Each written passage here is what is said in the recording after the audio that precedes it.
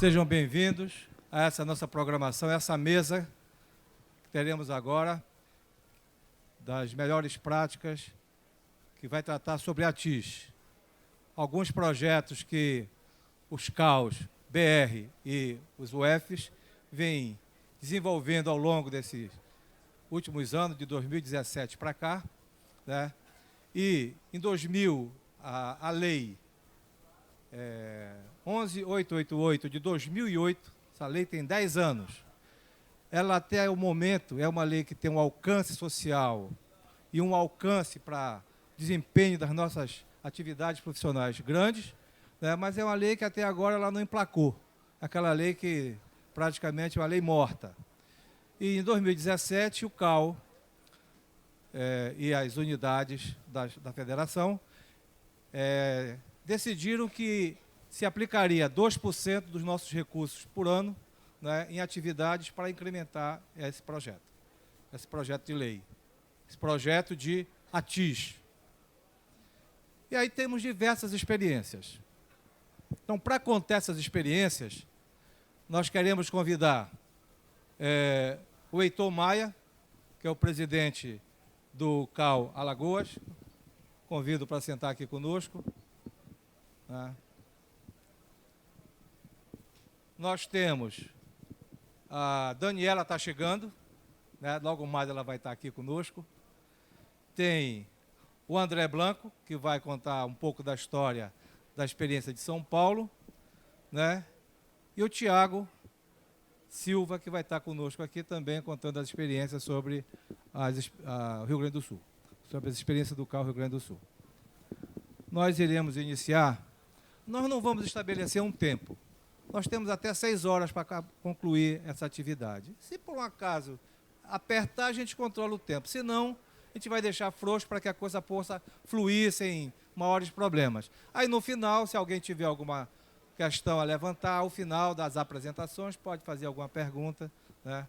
Então nós vamos iniciar pela ordem, vamos convidar o Heitor para fazer a apresentação do trabalho de Alagoas.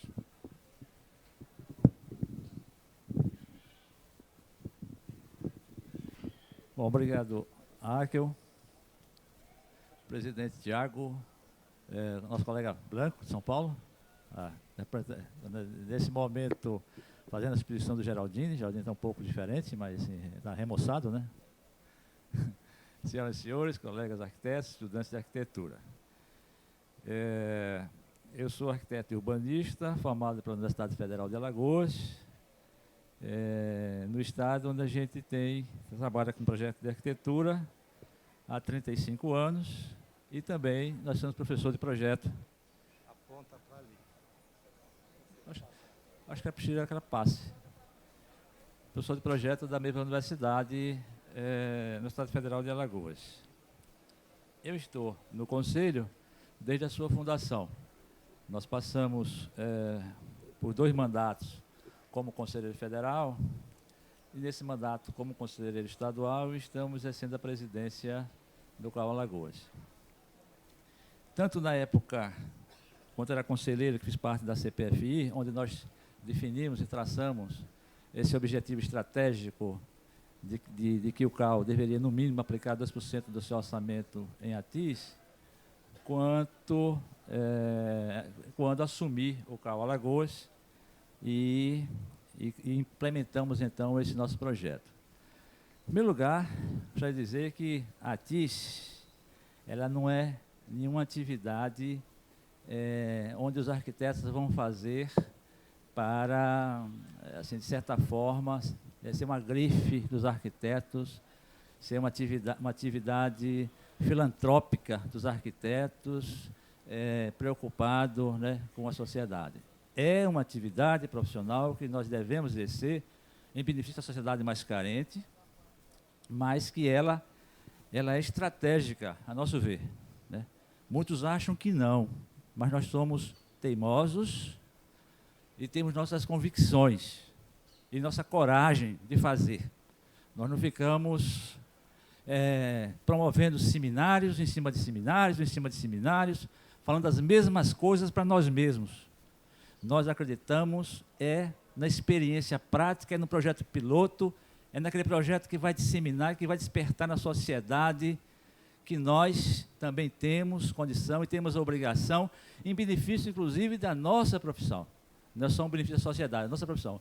Existe um campo de atuação imenso, imenso, a ser ocupado pelos arquitetos.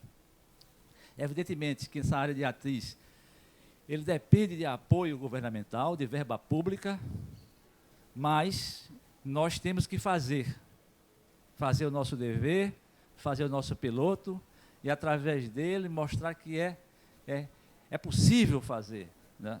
E a partir daí, então, acredito que, acreditamos, né, que a ideia ela possa desenvolver. É também um campo fantástico para nós trabalharmos a nossa residência técnica.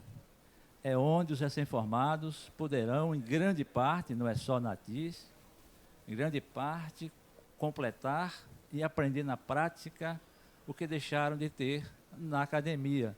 Porque, evidentemente, que a academia não pode ser responsabilizada por uma formação tão complexa e tão diversa como os arquitetos têm que ter. Então,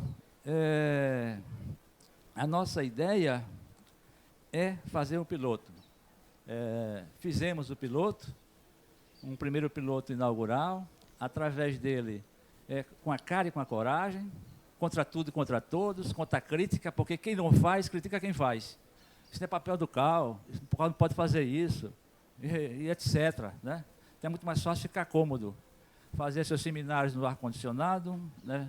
Convidar as grandes figuras, né, que trabalharam isso ao longo do tempo, e enfim, né, batermos palma e todos nós vamos para nossas casas, né, e imaginamos que fizemos o nosso papel. Bom, vamos lá então. Deixa eu ver como é que passa isso aqui. Então, a gente tem parâmetros, né, para desenvolver. Também não vamos partir da nossa cabeça, de forma voluntária, e vamos fazer de qualquer forma, não. A gente tem a nossa lei de assistência técnica, a 11.888. Temos o nosso lema maior, né, que conduz todas as ações do CAL como um todo, dentro do seu plano estratégico, que é a arquitetura urbana para todos. E temos a atuação do CAL na TISC exatamente a partir da definição do mínimo de aplicação do nosso orçamento. Pode passar, por favor? Está meio ruim de ler, hein? Bom, aí algumas considerações sobre a lei, que é de fundamental importância, né? Então a gente precisa... nunca foi regulamentada e nunca foi transformada isso realmente em um elemento prático, mas a gente nunca pode esquecer que ela existe e não podemos lutar para que ela se viabilize. Pode passar. Bom, e aí, aqui são dados que a gente pegou lá junto com a ONU, a Habitat. Então, dados Brasil, né, 5 milhões de pessoas têm moradias inadequadas. Maceió, são 130 favelas, que são as grotas, com cerca de 300 mil pessoas. Pra você ter uma ideia do impacto nas cidades, é muito grande. 30% da população de Maceió são populações de favelados, que moram em grota. E aí é o universo que a gente tem que trabalhar diretamente, né? E a gente oferecer política de habitação social é um dos direitos à cidade definido pela Carta da ONU. Então,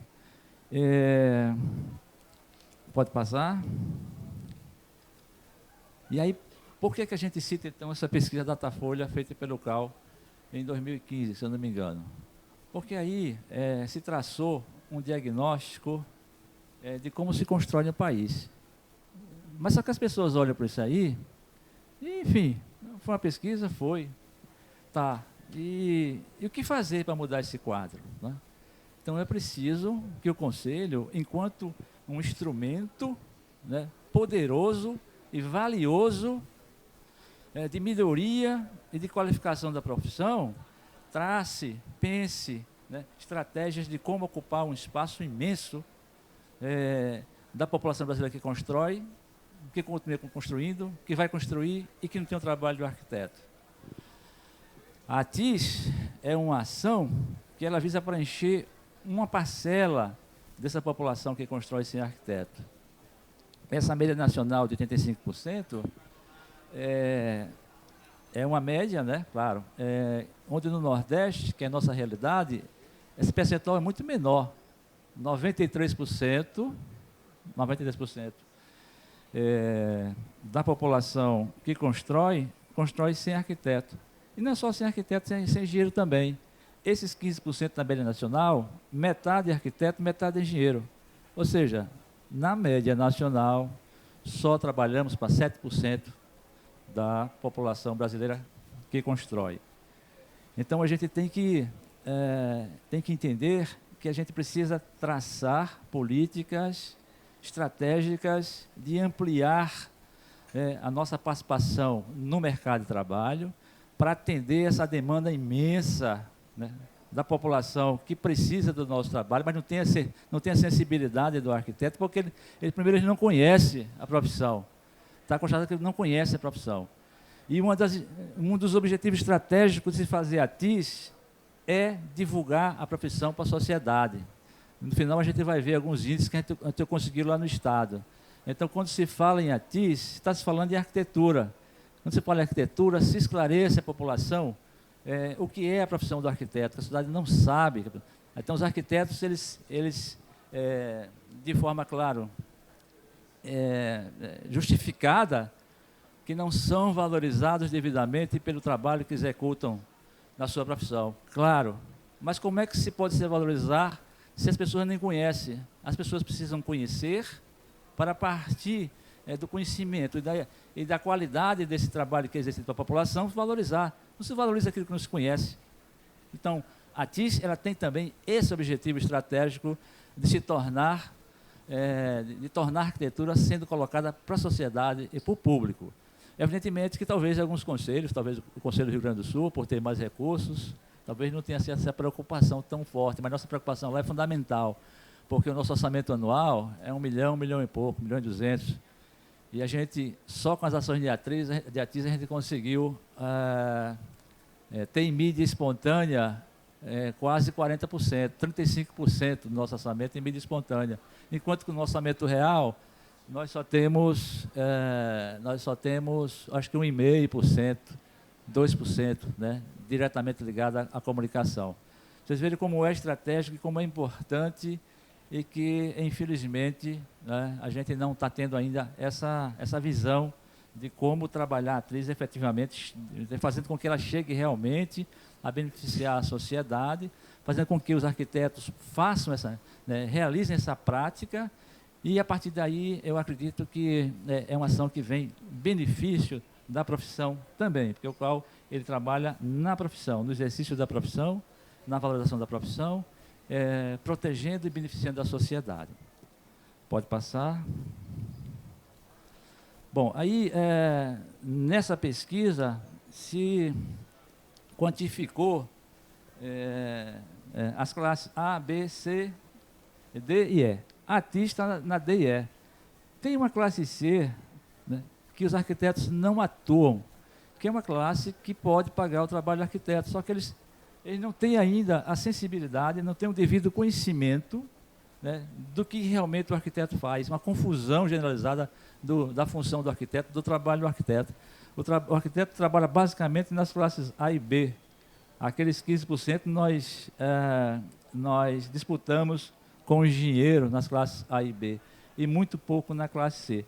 Então, a ocupação daquela terceira faixa, né, se dá através dos projetos de assistência técnica, enquanto que a classe C é uma classe que precisa realmente se ter políticas estratégicas para a gente tentar ocupar esse imenso campo de trabalho, em vez de ficar brigando aqui na classe A e B, né, numa luta assim, fraticida entre nós, com a engenharia, enquanto que a gente esquece um mercado imenso que existe a ser ocupado e ser conquistado.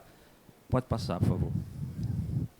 Bom, esses são alguns dados dessa pesquisa. Eu vou passar mais rápido, porque os motivadores, de certa forma, já falei sobre eles, o trabalho social, etc.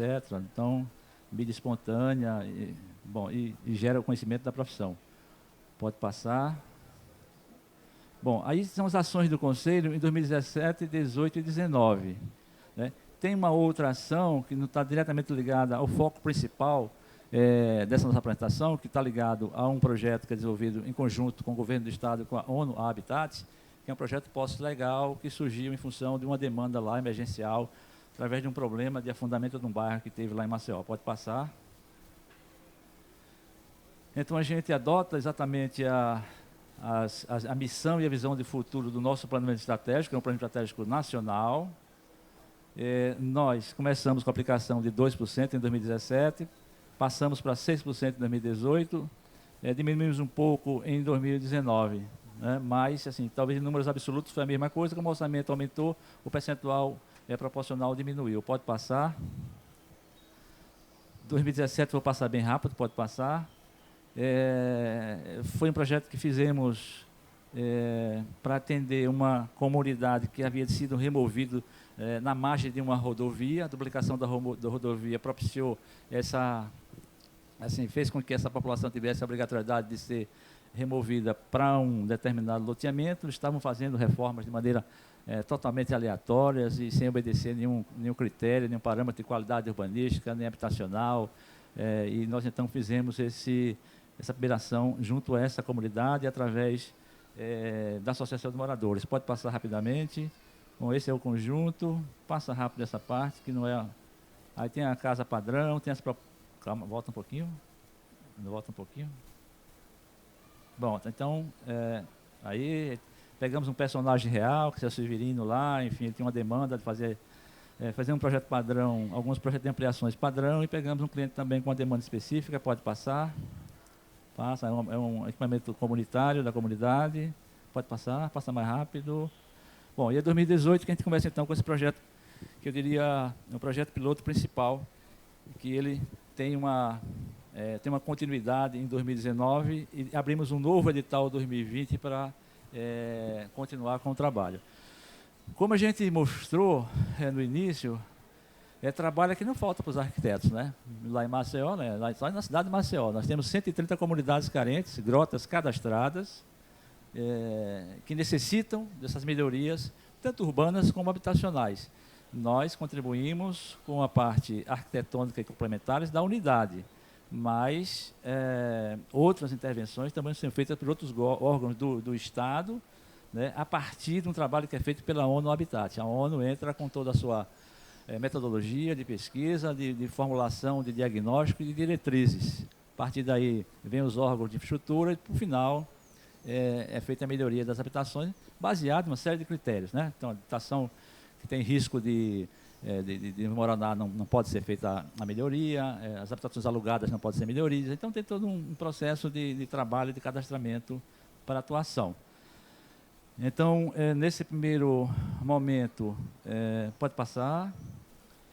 Nós fizemos um seminário impulsionador, que foi uma das exigências da ONU, onde convidamos essas pessoas, que são pessoas que trabalham, Gilson Paranhos, Fernando Assad, Mariana Estevo e uma professora da universidade, que tem experiência, pode passar.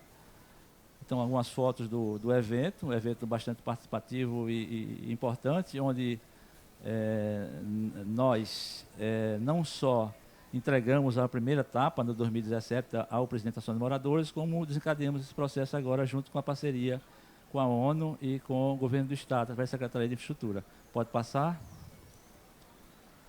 E aí é o memorando de entendimento entre o Conselho e a ONU e a Secretaria do Estado. É um memorando tripartite, pode passar.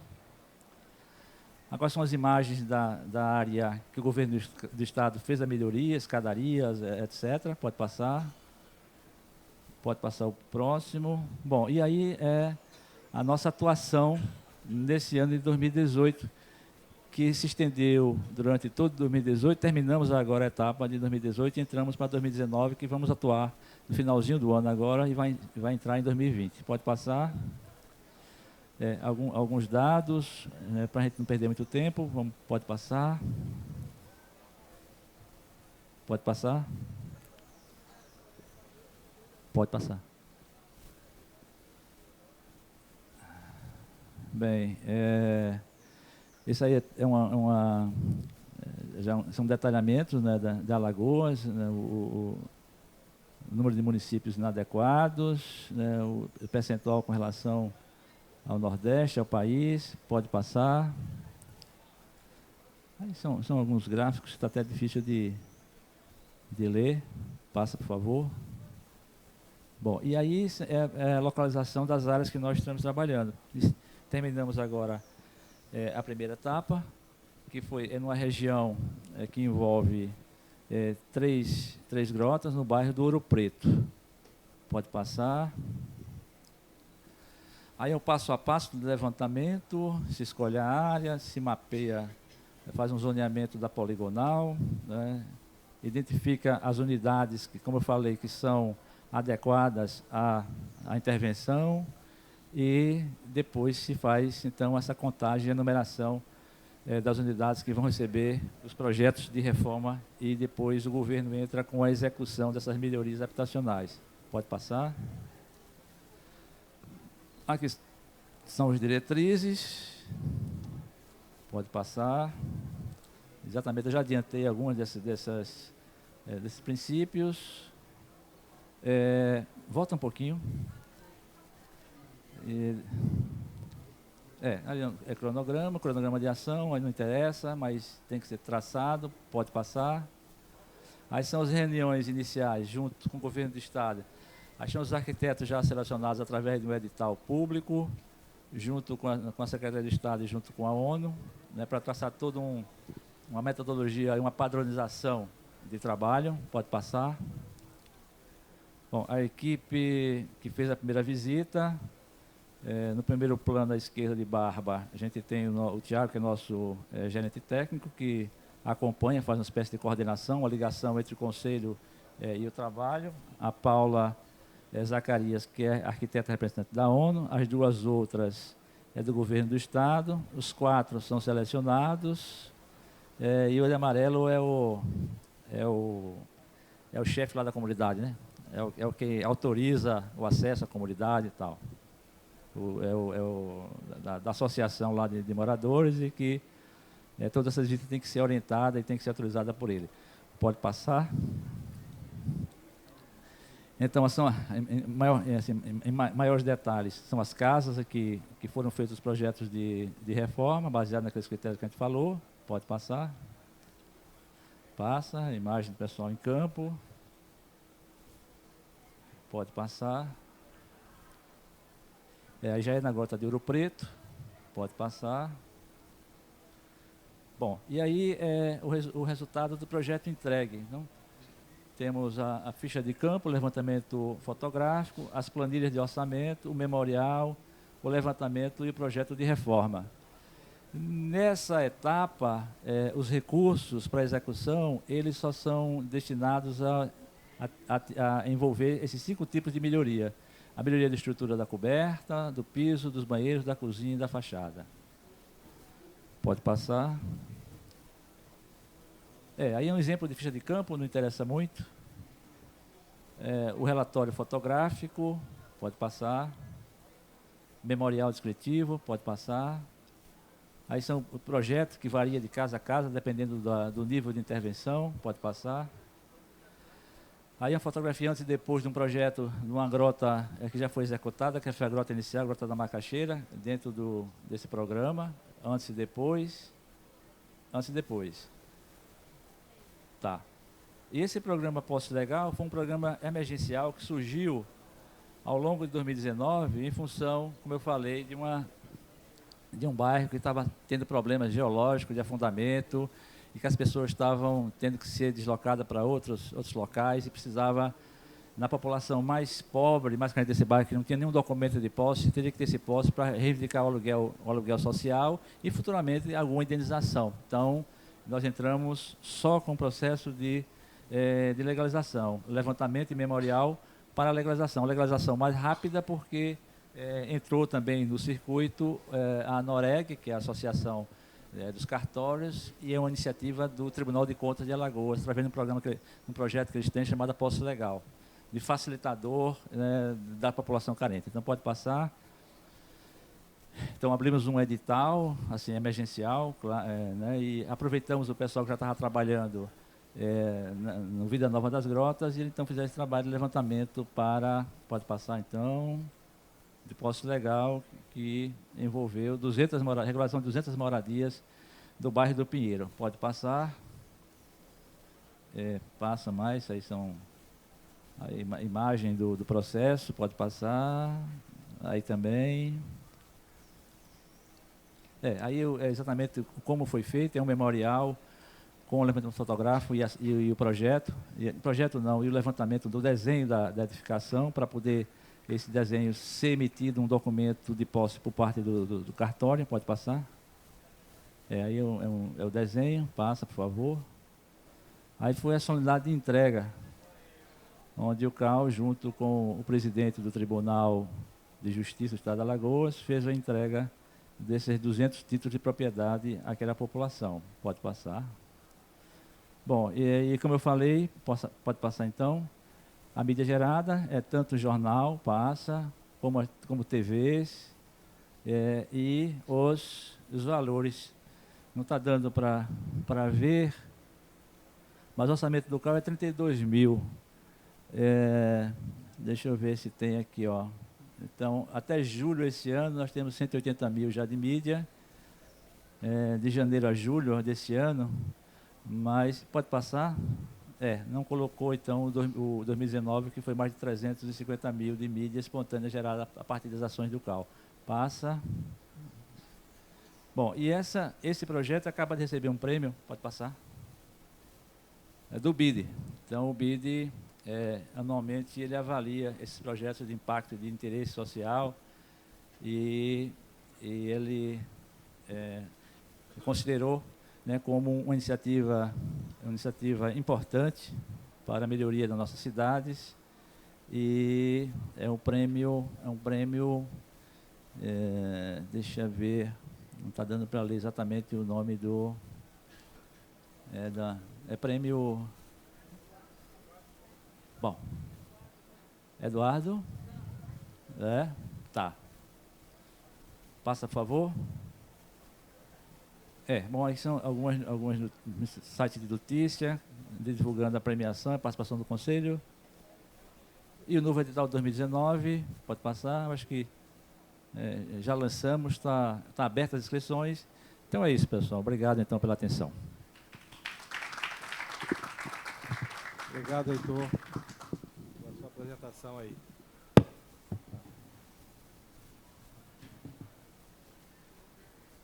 Acessibilidade e valorização da arquitetura e urbanismo.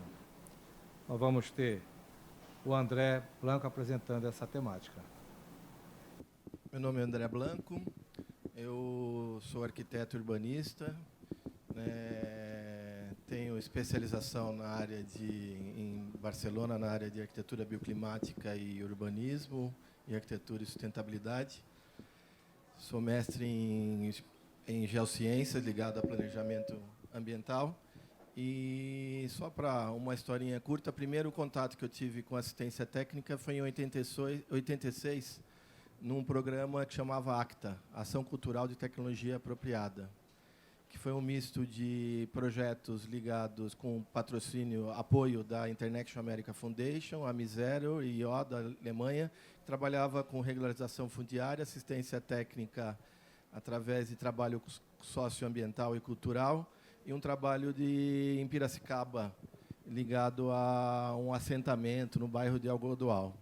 Isso foi o primeiro contato com o ensino, pesquisa e extensão, quando eu estava na universidade, e a partir daí vem um envolvimento de trabalhar com essas questões de uma arquitetura mais social envolvida a esses temas. Eu sou professor também, né? Nós temos uma entidade que trabalha com assistência técnica, que desenvolve projetos na região de Campinas e do interior.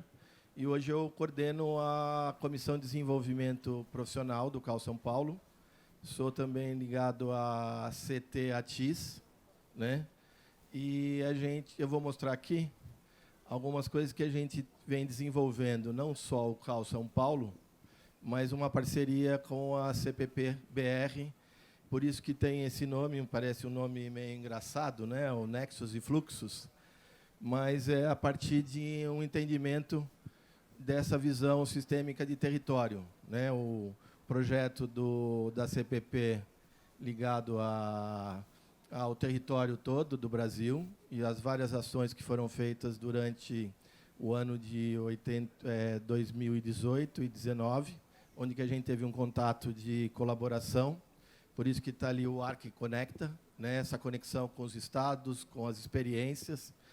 E também a gente, a partir desse processo de reflexão conjunta, a gente viu que tinha que estabelecer não só fluxos, mas nexos, dar sentido e significado a todo esse processo de entendimento, de cooperação e de como isso poderia ser aperfeiçoado.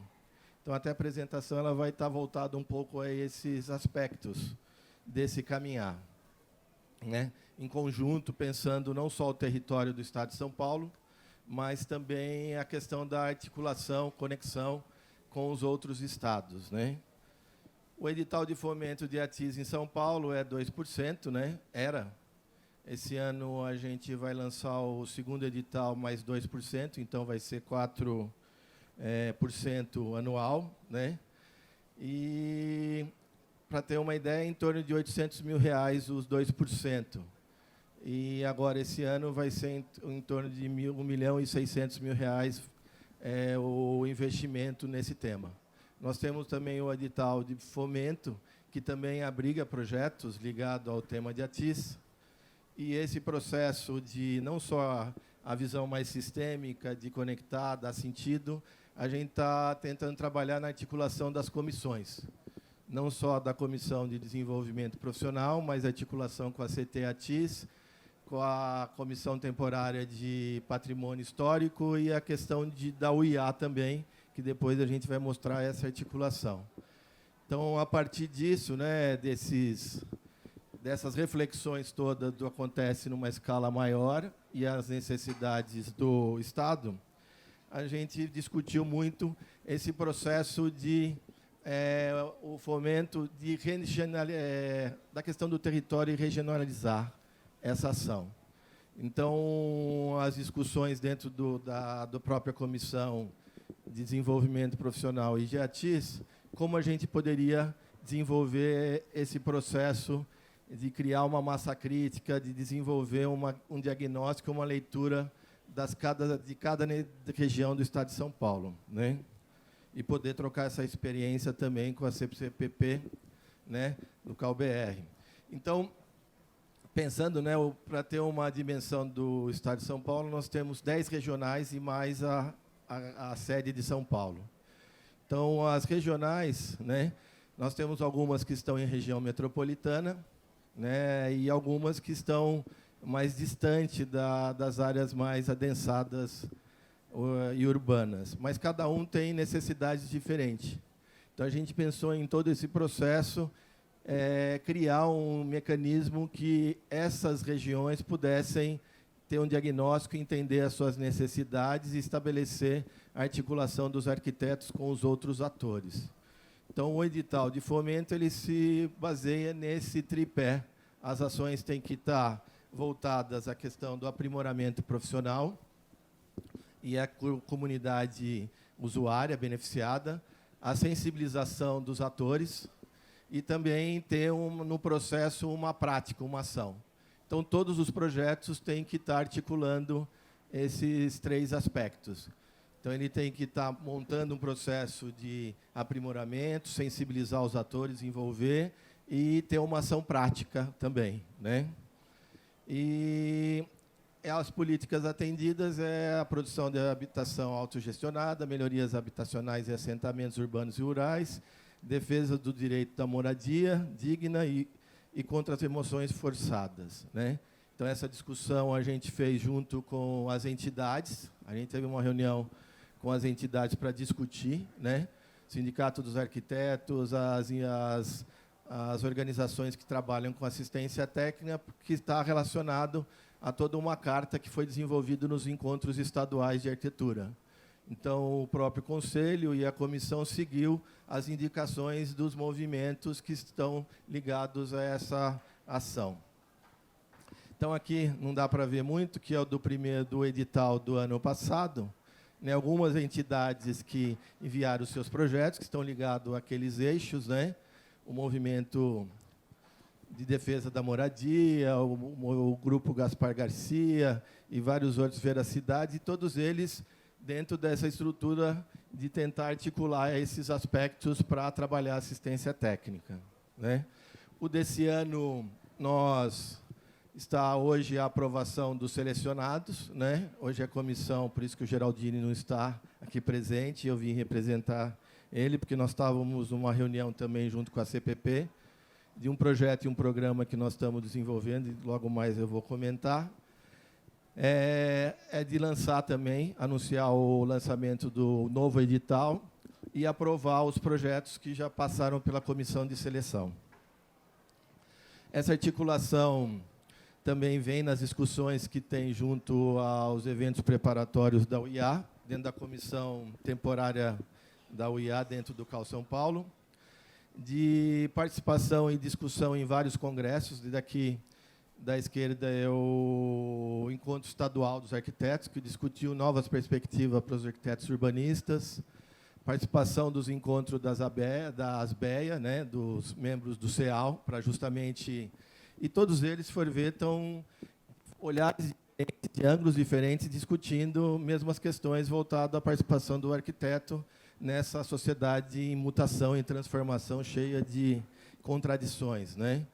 Em Limeira, onde que a gente tem trabalhado bastante na articulação do poder público, universidade, a gente vem desenvolvendo vários projetos também para motivar e trabalhar temas, né? Como num grupo de pesquisa da Unicamp, que eu faço parte, e a universidade também articula, de cidades inteligentes, mais humanas, e a arquitetura pode contribuir muito nessa questão da arquitetura, em seminários. A questão de startup, né, de projetos e negócios, é uma coisa que a gente também vem discutindo e participando, os hackathons, e justamente ter essa visão de empreendedorismo e de inovação no ambiente de arquitetura e abrir novos espaços de trabalho.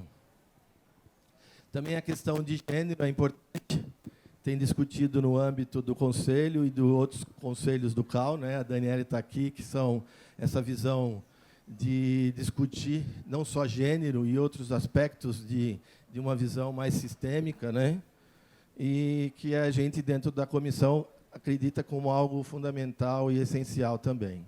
E aqui, as discussões em vários seminários e encontros que a gente participou para justamente tentar apurar todas essas informações, transformar em conhecimento e virar um produto, não só da Comissão de São Paulo, mas também uma articulação com a CPP-BR. Né?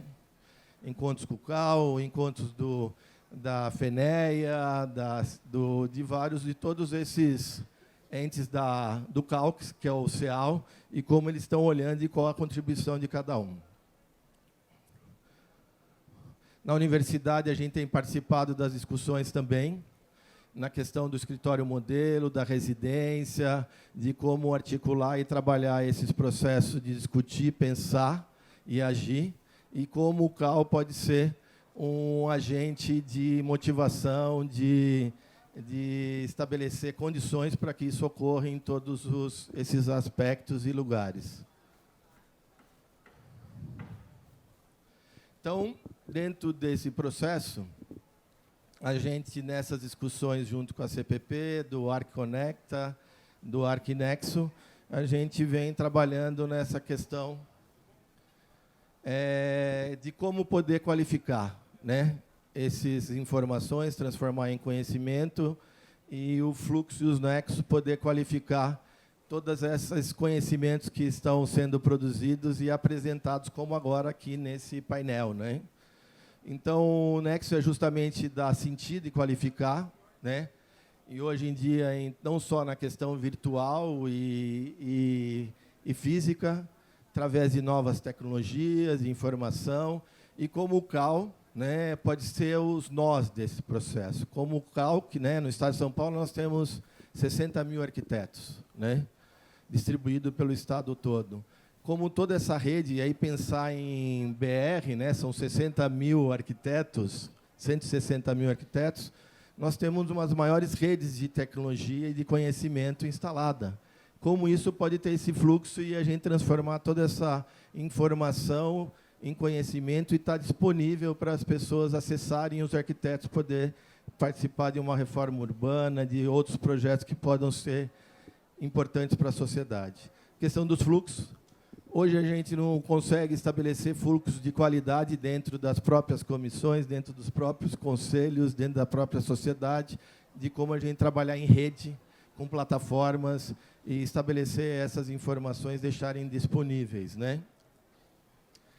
Antes de um projeto que a gente hoje estava em reunião, é um seminário internacional que está previsto, acho que daqui 1 ou 2 semanas vai estar disponível para todos acessarem, chama ArcNexus. É um seminário internacional que a gente vai trazer experiências no dia 28, 29 e 30 em São Paulo, junto CalBR e Cal São Paulo, que é um dia todo de experiências dos setores, assim, poder público, o privado e a sociedade civil, mostrando práticas que articulam todos esses aspectos. E, no segundo dia, oficina de apresentar propostas, estabelecer propostas que possam ser, no ano que vem, ter startup delas, e a gente poder fomentar não só essa construção de propostas, ideias, mas poder alavancar e poder desenvolver ações com o apoio de CAL e de outras entidades. Então, o projeto é justamente articular os atores e desenvolver não só apresentação de seminários ou encontros, mas que esses encontros, seminários possam gerar projetos, propostas e possam ser alavancados, possam ser acelerados e possam ser construídos de forma participativa. Então, todo esse processo que a gente vem construindo é para justamente criar uma constância, um processo não só de ter ações, mas que essas ações sejam construídas para a gente tentar chegar num processo de abrir mercado de trabalho para os profissionais de uma maneira eficiente, competente, mas tendo o apoio de tecnologia, das entidades, da sociedade civil. E a gente sabe que, a gente estava conversando hoje, um dos gargalos da assistência técnica, né, não está também na questão de como estabelecer as relações de trabalho com o arquiteto. Como ele vai receber, como ele vai estabelecer a questão, né, se é RPA, se é via empresa, e a gente vê que isso ainda não está resolvido, que todos esses aspectos ainda são difíceis de ser resolvidos, né? As entidades que trabalham com assistência técnica têm essa dificuldade de como receber, como pagar. As empresas também, aí é um outro olhar. E, se for ver, a grande massa de arquitetos e profissionais são autônomos. E, se ele for trabalhar com assistência técnica, ele vai ter que pagar uma RPA, o empregador vai ter que pagar, e isso pode inviabilizar ações. De como, dentro do CAL, a gente pode discutir e tentar estabelecer marcos legais, tentar ter um projeto de lei que possa sair desse processo do autônomo, ou formas de a gente poder viabilizar a ação de profissionais que estão fora do mercado e poder atender essa necessidade não só de assistência técnica, mas algo que a gente tem discutido, é uma assistência técnica integral, não só para habitação de interesse social, mas o arquiteto ser um arquiteto da sociedade, do bairro, e atender essas demandas todas que o país está exigindo. Então, é uma apresentação breve, mas mostrar um pouco esse processo nosso. Muito obrigado e namastê para todos. Tá? Obrigado, André.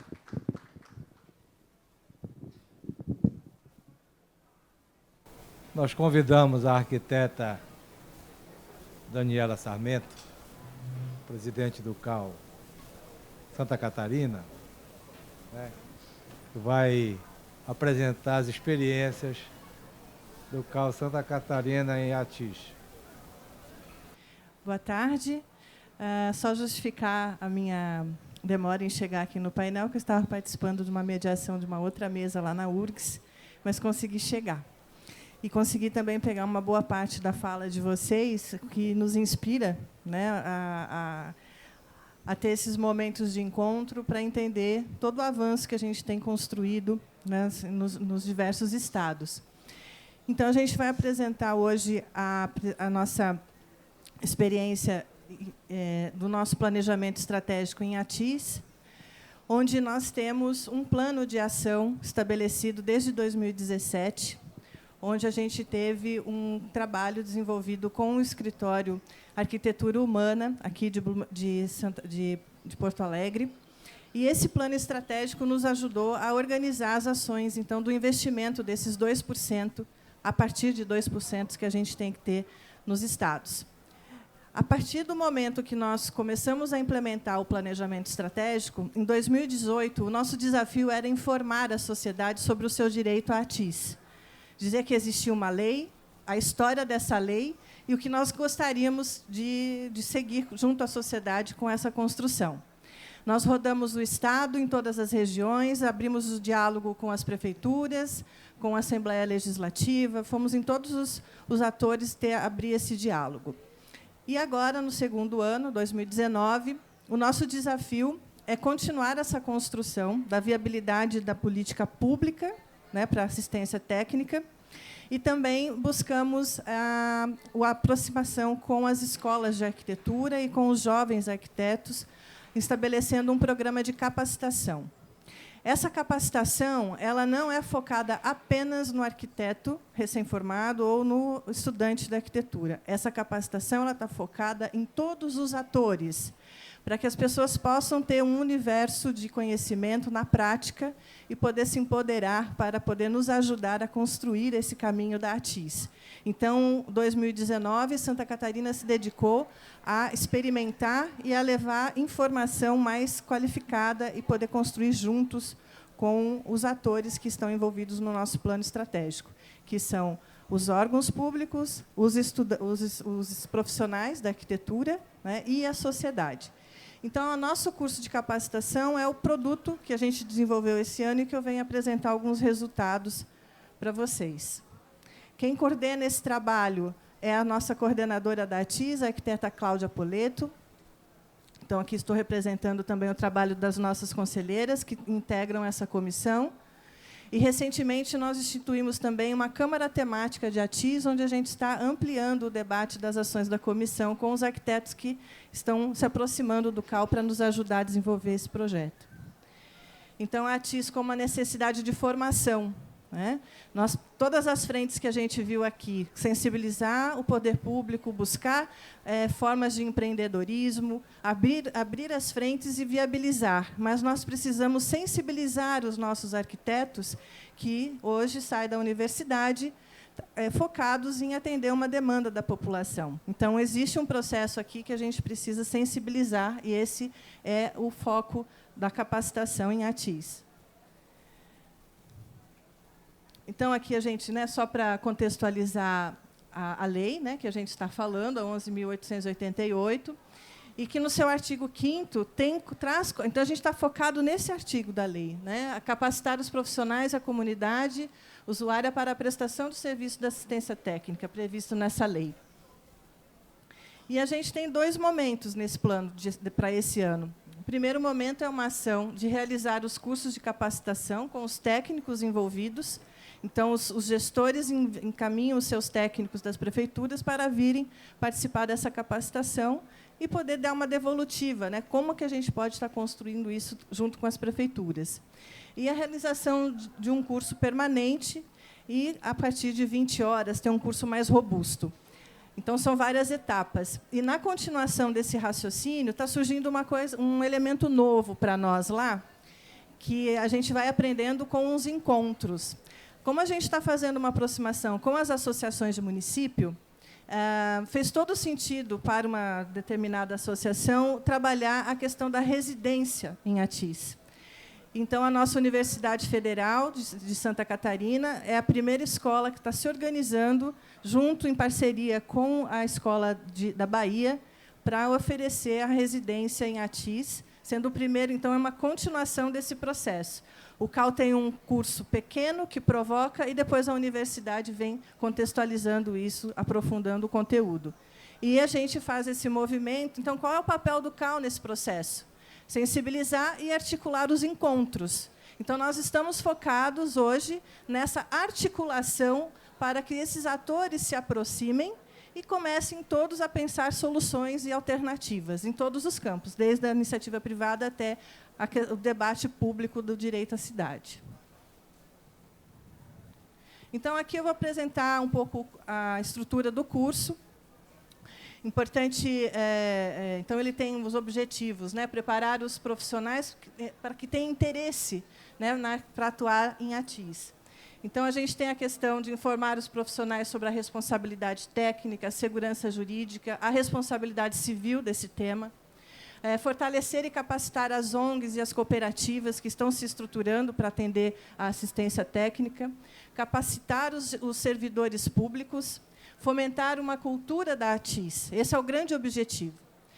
Difundir a ATIS como um possível campo de atuação, difundir para as famílias o seu direito à família. Então, a gente tem o movimento social participando também da nossa capacitação, munir de conteúdo técnico dos profissionais interessados e propor e dispor ferramentas para estimular novos profissionais a trabalhar com a ATIS. E aqui, então, como que se dá essa articulação, né? A gente hoje tem uma frente de construção com a Defensoria Pública. A Defensoria Pública tem atuado de forma conjunta conosco, muito importante o trabalho deles. O CAL, o Poder Público Municipal, aqui a gente está na casa dessa Associação de Municípios, da Granpolis, o setor privado, e a gente aqui, nesse caso, a gente tem agora um desafio de integrar os nossos trabalhos com os nossos colegas do Rio Grande do Sul e também todos os estados, mas estando mais próximo do Rio Grande do Sul por conta do tema que nos interessa também a problematizar, que é as consequências da ATIS na sua integração com algumas políticas públicas já existentes, que é a política do saneamento e também da saúde e da assistência social. Então, nessa caminhada que nós estamos tendo, com o foco na integração dos atores que vão nos ajudar a construir esse caminho, é fundamental que a gente faça uma reflexão sobre as estruturas que nós já temos conquistadas e que isso não deixa de ser mais uma estratégia. Então, nós estamos hoje, a partir do trabalho que o Tiago está fazendo aqui também, problematizando a questão da saúde, da assistência social e do saneamento. Aqui foi o lançamento do evento da capacitação em Florianópolis. Por favor. Então, a estrutura dessa capacitação, a gente tem uma abertura institucional, aberta ao público, né, com essas inscrições abertas. Aqui foi o lançamento do evento em Chapecó. Nós realizamos em 2 cidades, por enquanto. Chapecó fica na região oeste do estado de Santa Catarina e em Florianópolis. Aqui a gente teve a presença, a experiência da CODAB, com a arquiteta Sandra Marinho, nos apresentando todo o processo de implementação que a CODAB teve de estruturação de política pública para assistência técnica. Pode passar. Tivemos também, aqui, na abertura do evento de Florianópolis, a presença da Simone Cinnamon, que ela trabalha na Fiocruz, e veio falar para a gente sobre saúde pública e habitação. Com essa palestra, a gente viu o tanto de conteúdo que já tem desenvolvido nesse ponto e que a gente precisa identificar e mapear esses parceiros que possam vir contribuir com a gente. Então, foi riquíssima a apresentação da Simone. Pode passar. E aqui a Cláudia Pires, representando, então, o Instituto que nos ajuda a construir esse conteúdo. A Cláudia é parceira do Demetra Anastasakis, então, todo o conteúdo, nós tivemos a sorte, diria assim, de ter todo esse tempo, foi uma produção de praticamente 6 meses de construção para o conteúdo desse programa, com a dedicação do nosso querido Demetra Anastasakis. Então, hoje nós temos, junto com a Cláudia Pires, todo o conteúdo do nosso curso de capacitação sendo desenvolvido com o Demetri, e a gente hoje tem uma apostila, uma cartilha, que a ideia é que a gente faça uma publicação a partir dela. Então, foi uma oportunidade que nós tivemos, a Hermínia até comentou ontem, que toda a produção que eles tiveram não tinha nada documentado. Então, a gente conseguiu, nessa última cartilha do DEMETRE, ter um conteúdo que a gente vai agora, depois que passar essa fase da capacitação, tentar publicá-la. Então, é muito importante o apoio, né, que nós estamos tendo desses profissionais. Pode passar. E também, nesse evento, tivemos a presença do Tiago, trazendo também a experiência aqui do Rio Grande do Sul. Feita essa introdução com as experiências, a gente tem 3 dias de curso, que é a prática, é a visita com a sociedade, numa determinada área, para a gente poder, então, fazer uma experiência prática sobre a ATIS, uma visita técnica orientada. Pode passar? Também, outro tema que se aborda nesse curso é a questão da REURB e o direito urbanístico. Então, essa é uma aula de 4 horas que interessa aos gestores públicos e também aos legisladores. Então, aqui a gente tem uma diversidade também de participação, não só arquitetos. Pode passar? Então, essa é a pergunta que nós fazemos em todos os níveis. Como fazer a ATIS em todos os campos? Como que a comunidade se organiza para ter o direito à ATIS? Como que o gestor público se organiza para implementar a ATIS? E como que o arquiteto se organiza para ofertar a ATIS? Pode passar. Então, a ATIS na prática profissional. Pode passar. E daí a gente tem um momento de projetação, onde, a partir da visita técnica, esses profissionais eles têm também um momento de projeto. Então, a gente acaba a oficina de capacitação com a entrega de projetos para a comunidade. Então, nesse exercício de Florianópolis e de Chapecó, foram entregues, em média, acho que depois tem os números aqui, mas em média de 10 projetos. Essa é a turma de Florianópolis. Aqui a turma de Chapecó. E é bem interessante que, ao finalizar a oficina, esses arquitetos já estão engajados e continuam se encontrando e dá continuidade. Em Chapecó, a gente tem uma experiência bem peculiar, porque a prefeitura está junto com a gente no projeto da capacitação e também já se colocou no desafio de implementar a ATIS no município. Então, para nós, Chapecó é o nosso piloto, onde a gente conseguiu integrar a sociedade, a Defensoria Pública, a Prefeitura e a Escola de Arquitetura e os jovens arquitetos recém-formados. Então, esse grupo está estabelecido e agora a gente tem uma segunda visita que a gente quer ir lá para ajudá-los a continuar nesse trajeto. E cada local vai ter uma estratégia, uma dinâmica diferente. Então, aqui alguns números. Por enquanto, esse ano a gente aplicou 2 cursos, tivemos 90 participantes, 10 projetos elaborados, 2 comunidades visitadas e mais de 65 horas de discussão sobre a ATIS. E agora a gente está construindo um convênio com a Assembleia Legislativa, que é um outro ator que vai ser muito importante para nós, porque nós vamos ofertar o conteúdo do curso para a Escola do Legislativo. E, com isso, a gente entra na rede da ALESC e nós vamos oferecer o curso de capacitação para todos os municípios que tiverem disponibilidade e interesse em receber. Então, a gente vai atuar em rede a partir de agora. E é isso, gente.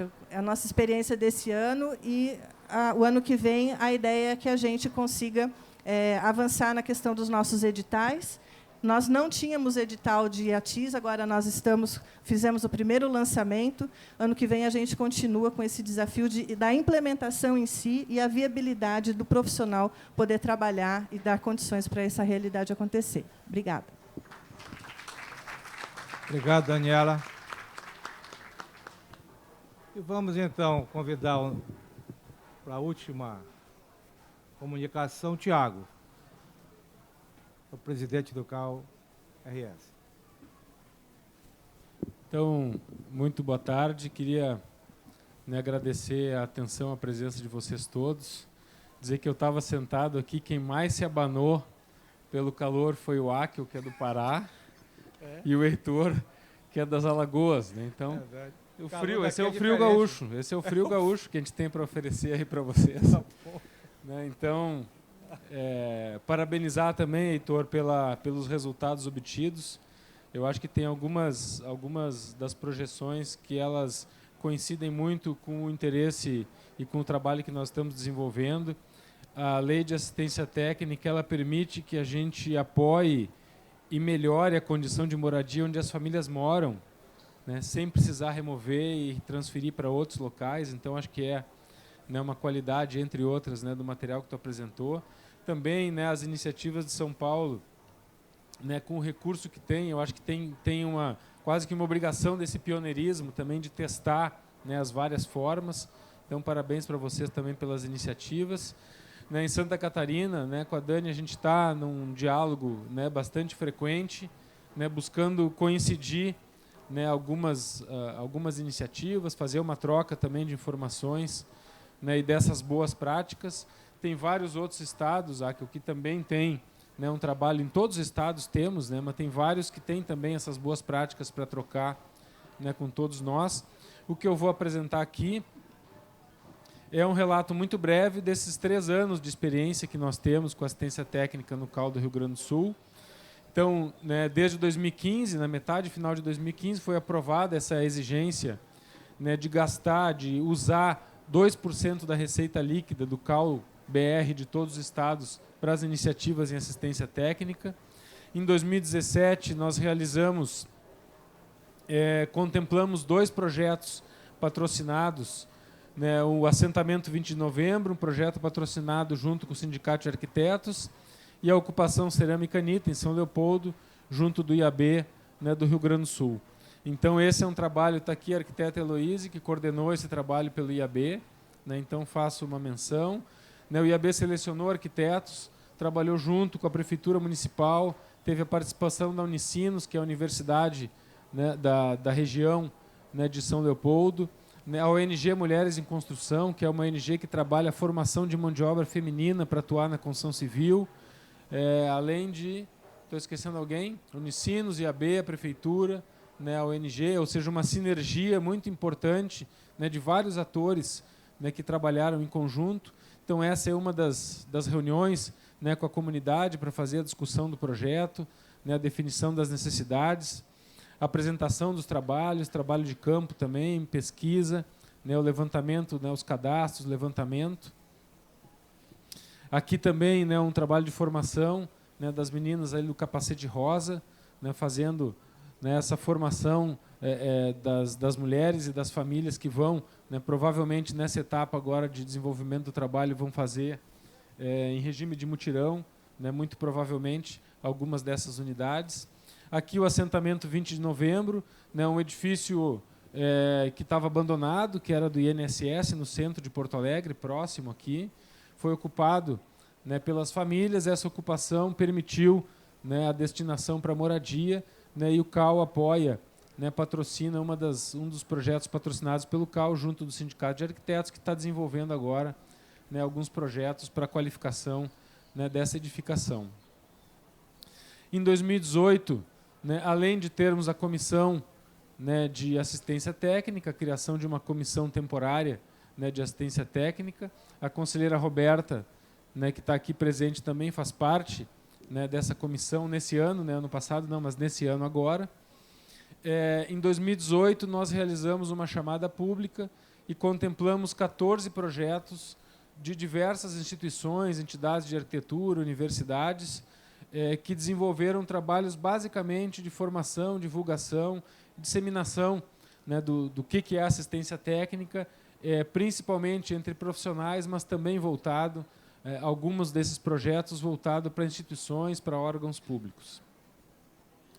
Então, aqui, né, oficinas em Caxias do Sul sobre regularização fundiária, né, divulgação, né, na oficina, né, ou seja, uma série de oficinas que o sindicato fez em diversas cidades do interior, né, levando a ATES, participação nossa também das entidades do CAL, né, de conselheiros em diversas iniciativas, né, das universidades de divulgação, né, de boas práticas na área da assistência técnica.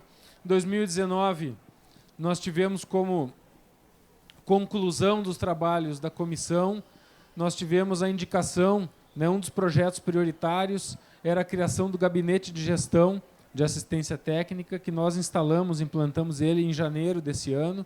Está aqui o arquiteto Paulo, não sei se a Sandra está aí, né, mas o arquiteto Paulo e a arquiteta Sandra fazem parte, né, do gabinete do CAL, é um gabinete temporário, né, esse ano, e a gente deve renovar, né, para o ano que vem, esse trabalho, né, que está sendo desenvolvido no gabinete.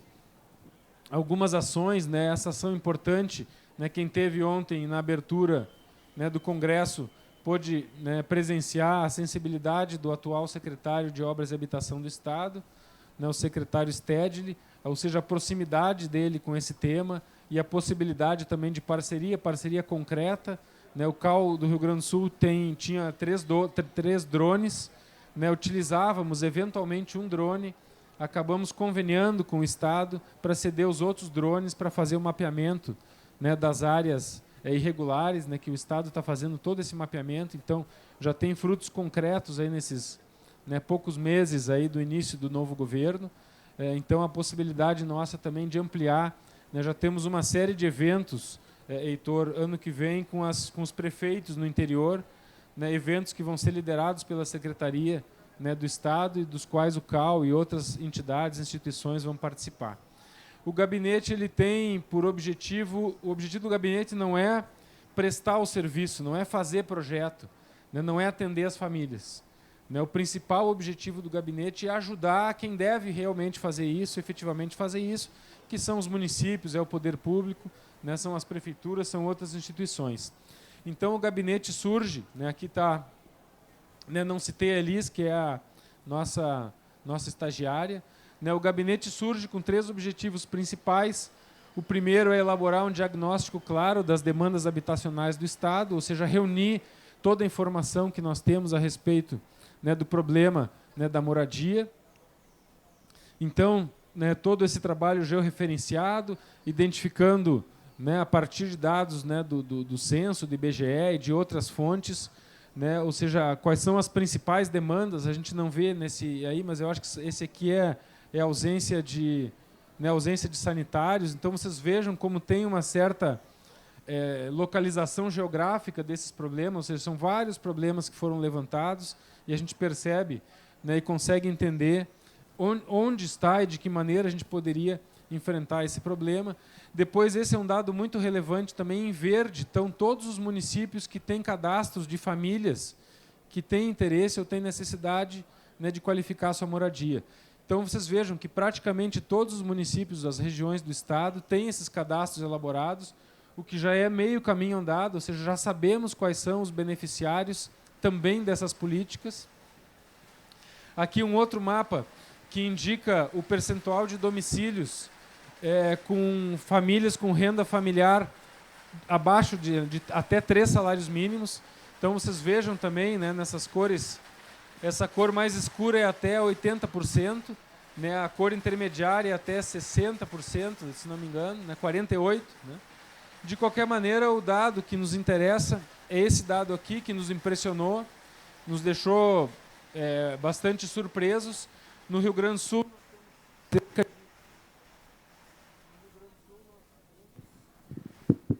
nós temos cerca de 4 milhões de domicílios, ou seja, 4 milhões de famílias, de casas. 2 milhões dessas famílias estão abaixo dos 3 salários mínimos, ou seja, metade da população do Estado é apta, pela lei, a receber esse serviço público, né, de melhoria, né, da sua moradia. Então, é um percentual, né, bastante grande, nos surpreendeu. Né. O segundo grande objetivo do gabinete, né, durante esse ano é continuar com essa divulgação, e essa divulgação entre profissionais, entre estudantes, mas principalmente a divulgação para outras instituições, para administrações públicas, para outros parceiros, né, que possam, junto com o CAL, com os arquitetos, com as entidades, né, e com os estudantes, com as faculdades, possam ampliar e efetivamente iniciar a implantação, né, de uma política de longo prazo no que diz respeito à assistência técnica. Elaboramos alguns materiais, esse que vocês receberam já é a versão 2, né, dessa pequena cartilha. Essa cartilha ela visa o público dos prefeitos e dos secretários, ou seja, buscar sensibilizar as autoridades municipais, né, para a necessidade, a viabilidade, né, da implantação da Lei de Assistência Técnica.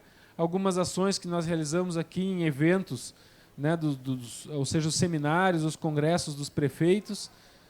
E o terceiro grande objetivo é o fomento, ou seja, é ajudar a quem quer fazer.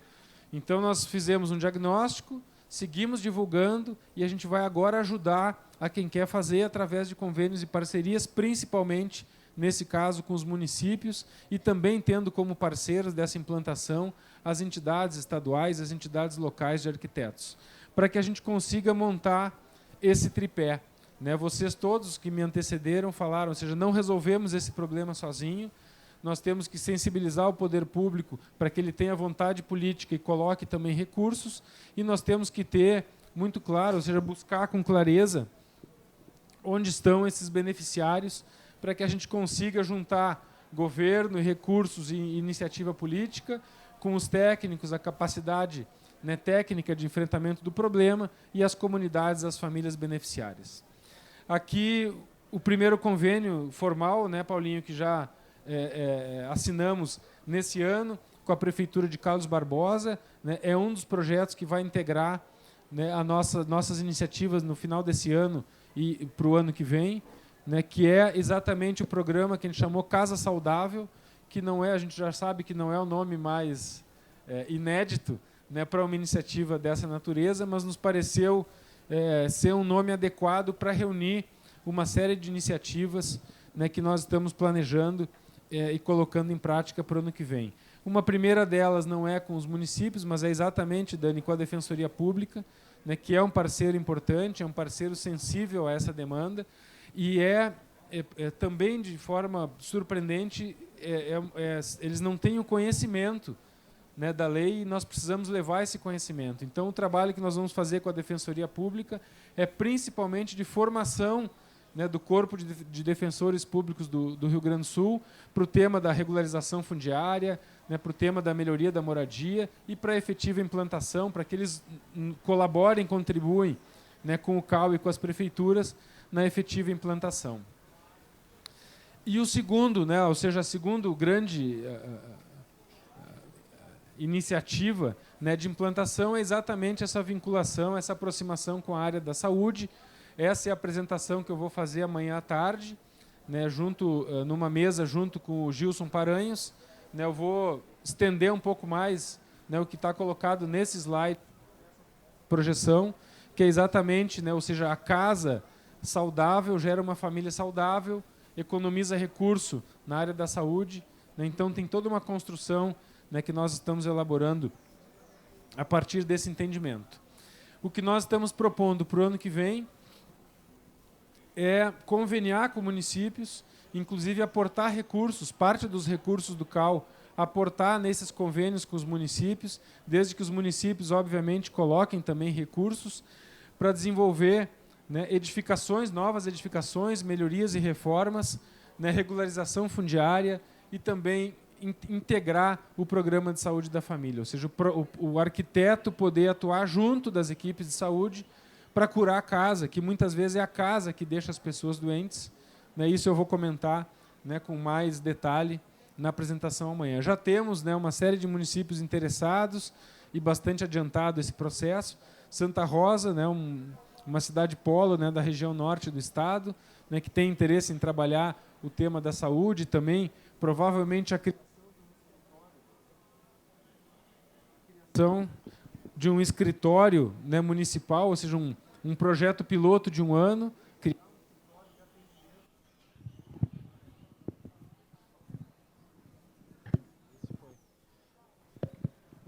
um escritório de atendimento, né, ou seja, um trabalho que a gente vai buscar a viabilidade, ou seja, uma série de projetos pioneiros que nós estamos chamando para poder testar a viabilidade, né, dessas ações. Em Xangri-Lá também já foi, né, uma cidade, né, que tem muito recurso também, mas tem muito problema de moradia.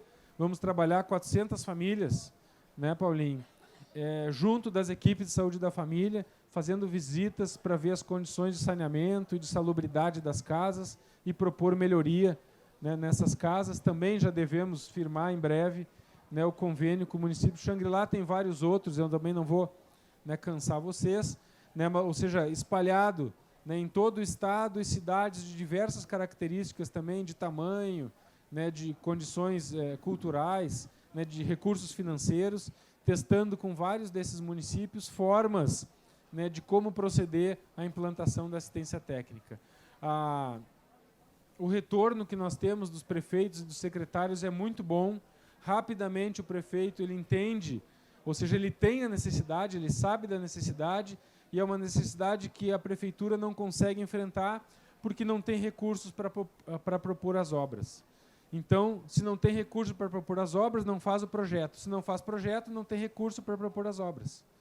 Então, ou seja, a gente quer romper esse círculo vicioso exatamente investindo na possibilidade de atender as famílias, iniciar a elaboração de projetos, tendo o projeto, buscar esses recursos, né, com convênios, né, federais, com convênios com outras instituições, para poder, inclusive os municípios que têm mais recursos, os próprios municípios aportam esse recurso no trabalho, na execução das obras. Então, esse é o trabalho, né, que nós estamos propondo, né, para o ano que vem, é o nosso desafio, né, do ano que vem, além também de manter, né, as ações de divulgação, o edital de apoio, né, de divulgação, para que as nossas instituições, universidades, entidades possam seguir, né, divulgando e ampliando esse trabalho. Então, muito obrigado.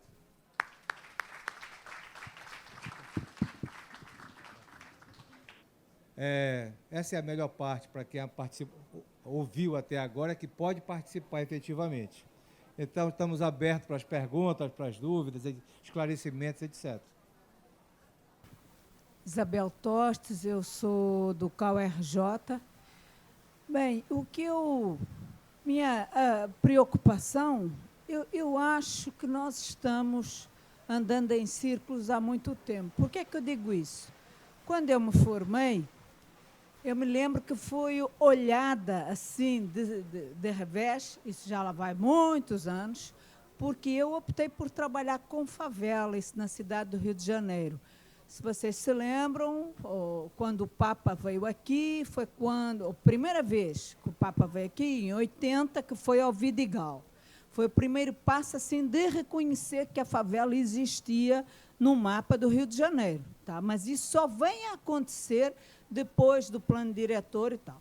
Mas, naquela época, eu vou vos dizer, eu trabalhava na Pastoral de Favelas, eu já fazia esse trabalho, tá? Esse trabalho que a gente faz agora. Então, e a gente dizia, não, porque falta isso, tem que sensibilizar. E agora, nós, aparentemente, temos a faca e o queijo na mão, a gente já tem uma lei, mas a gente não consegue avançar. É isso que eu acho. Esta formação que vocês fazem, isso nós fazíamos lá atrás com os alunos da Universidade de Santa Úrsula, no Rio de Janeiro. Sabe? A gente ia para a favela, a gente fazia o diagnóstico, sabe? E eu sinto isso, que já lá vão 40 anos. E eu sinto muito pouco. O que eu digo, aí agora até aproveito a fala da Claudinha, que dizia que o Demétrio falava sempre que não é a gente trabalhar em projeto piloto, não. Nós temos muito para fazer. Então, sabe, há uma experiênciazinha aqui, uma outra ali, agora a regularização fundiária, e a gente não consegue romper essa barreira e ter efetivamente um trabalho.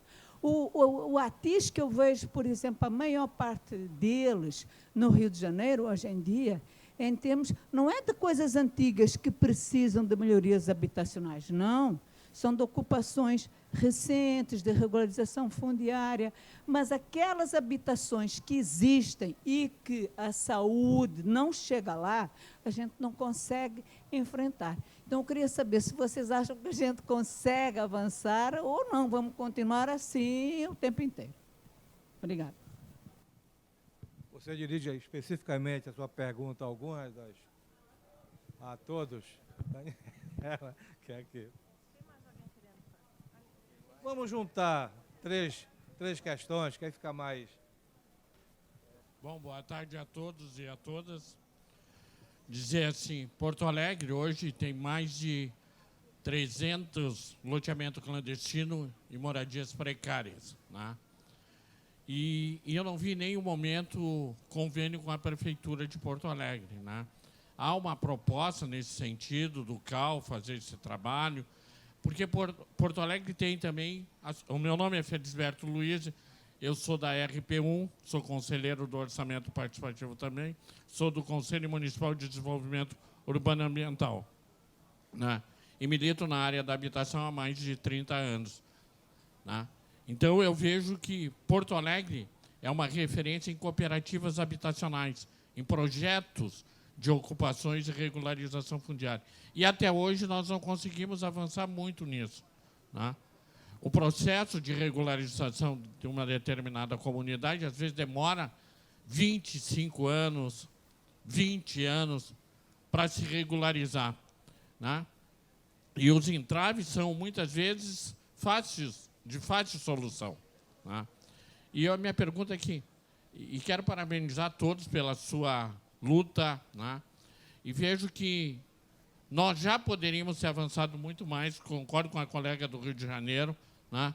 Porque é impressionante que nós voltamos a discutir o que nós já discutimos lá na reforma urbana, no Fórum Municipal de Reforma Urbana, nos congressos da cidade que a gente realizou em Porto Alegre. Nós temos um Conselho Municipal de Desenvolvimento, CMDUA, que é o Conselho Municipal de Desenvolvimento, agora me enganei aqui, é o Comatab, que é o Conselho Municipal de Acesso à Terra e Habitação, e nós temos um fundo que poderia implementar as habitações de 90 milhões, que não se sabe aonde está.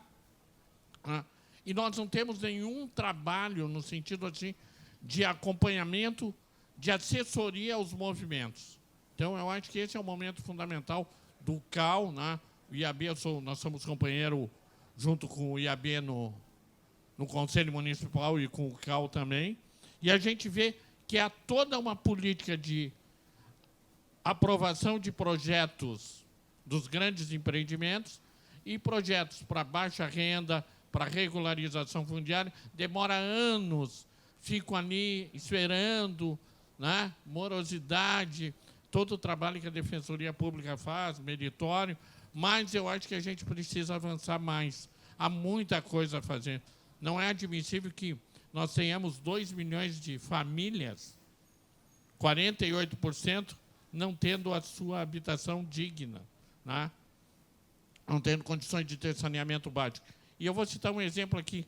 Quem não é de Porto Alegre, aqui em Porto Alegre existe o Beco do Buda, que é uma comunidade de 40 famílias que nunca, pela participação, chegarão a ser atendidas. Estão na mesma situação de 15 anos atrás, né? Falta saneamento básico, falta projetos de regularização. E uma coisa que me chamou a atenção, e é uma pergunta que eu quero fazer, se os projetos, as propostas que são feitas, há condições de também ouvir a comunidade nas suas propostas, né? Porque elas conhecem a realidade, elas construíram o seu projeto habitacional, a sua dinâmica de moradia, né? Eu acho que isso tem que ser respeitado também, né? Que eu chamo a cultura que eles fazem de morar, né? Santa Catarina tem um exemplo daquelas ruas compridas, né? Porto Alegre aqui também tem alguns bairros isso, né? De 800, 600 metros, né? E a gente vê sempre alguém, um arquiteto, um urbanista, dizendo, não, aqui tem que abrir uma rua. E aí, e o respeito com a história, com a cultura da construção, como é que fica isso? Obrigado. Desculpe se eu me estendi, mas isso é uma oportunidade que a gente tem de falar com um grupo tão seleto. Obrigado. Obrigado. Essa é a nossa segunda questão. Aguardem que está chegando aqui. Vamos aqui para a conselheira Nádia, lá de São Paulo, que também quer fazer uma intervenção. Boa tarde a todos e a todas. Eu estava em outra mesa, então pode ser que a minha pergunta já tenha sido respondida, mas eu vou perguntar primeiro para o Tiago, mas eu acho que a Daniela tem também experiência de convênio com o governo do Estado. Eu gostei muito, Tiago, do secretário falar que vocês emprestaram um drone para o governo do Estado. Então, eu quero saber se tem um convênio, como é que tem a relação, porque acho que em São Paulo nós não temos ou temos. Não sei. Eu só fico fico em Brasília, não sei o que acontece em São Paulo. Então, eu acho que é boa essa experiência de sentar com o prefeito, sentar com o governador, trabalhar em parceria. Eu vi na fiscalização hoje que a Daniela tem essa articulação. Eu acho que integrar é uma palavra interessante. E aí, como a nossa vice-presidente do Rio falou em escala, eu acho que isso pode dar uma escala de regularização. Ou não? Me conta aí, Tiago e demais. Vamos, então, 3 questões. Vamos começar com a Daniela. Tá. Então, eu comecei a tentar continuar a provocação da Isabel. Isabel, eu sou uma otimista, né? Eu acho que... E também acho importante a gente olhar essa complexidade desse tema invisível, que historicamente é visível. A gente está tratando de um problema histórico de invisibilidade de uma cidade, das cidades que não enfrentam esse problema. Então, eu vejo que nós, no processo histórico, nós agora temos a possibilidade de avançar numa outra escala institucional, que é o aporte do CAU. Então, eu questiono muito, na sua angústia, qual é o papel do CAU para a gente conseguir fazer esse avanço e mudar essa chave. E realmente conseguir trazer luz para essa invisibilidade e articular essas possibilidades. Eu acho que nós precisamos refletir sobre o papel do CAU nessa resposta, que me preocupa muito. E também entendo que o CAU tem um processo interno, que a gente tem um processo histórico das experiências externas, mas nós precisamos, a partir das experiências que a gente vem acumulando com o investimento desses 2% ao longo dos últimos 6 anos, já está robusta as entregas. A gente já começa a ver, nesse painel aqui, que a gente já tem sinais de possibilidades de articulação muito mais articulada, né? Porque é uma condição diferente você ter um conselho balizando e abrindo essas portas para a gente poder entrar numa outra velocidade. Então, eu acredito, sim, no processo, mas eu acho que é um grande desafio, eu diria que é o principal desafio do Conselho hoje, é institucionalizar a sua política nacional para o enfrentamento da ATIS. Nem só da ATIS, mas da arquitetura social como um todo.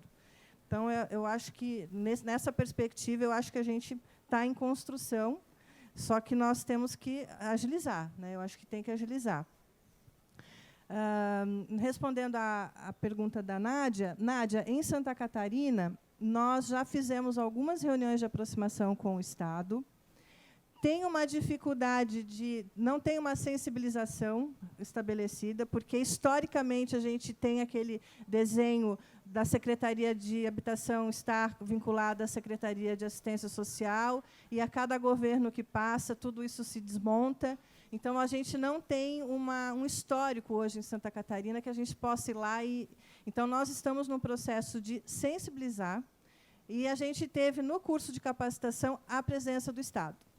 Então, foi muito importante para nós tê-los lá, conversamos, e agora a gente está numa provocação de agendas para poder entrar no fluxo deles e poder provocar essa aproximação. Então, tem um contexto político, histórico, em Santa Catarina, de não ter resolvido isso.